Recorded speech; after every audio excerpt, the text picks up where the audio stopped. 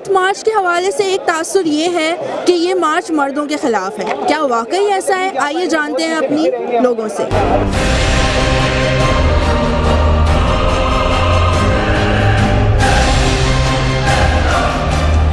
I think मैं ये कहूँगी कि मेरा जिससे मेरी मर्ज़ी इट्स अ सेंटेंस। इस तरह के बहुत से जुमले ऐसे होते हैं जिसके बहुत तरह के मतलब निकलते हैं। तो ये हमारी अपनी मेंटालिटी पे डिपेंड करता है, like how mature we are, how educated we are. ज़रूरी नहीं कि हर जुमले का गलत मतलब निकले। मेरा जिससे मेरी मर्ज़ी ये कोई एक अल्फाज, कोई डायलॉग या इस तरह का नहीं, एक इश्यू है।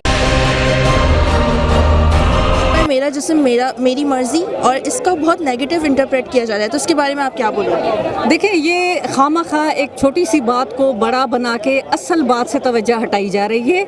औरत का आपको पता है जितने भी हुकूक हैं वो स्पेशली हमारे माशरे में दबाए जा चुके हैं। अब वो सिर्फ एक नारे को वजह बना रहे हैं। उसको इतना स्ट्रॉन्ग करें कि एक तो वो अपना दिफा कर सके और माहौल को इस तरह बनाएं कि उसको अपनी दिफा की ज़रूरत ना हो।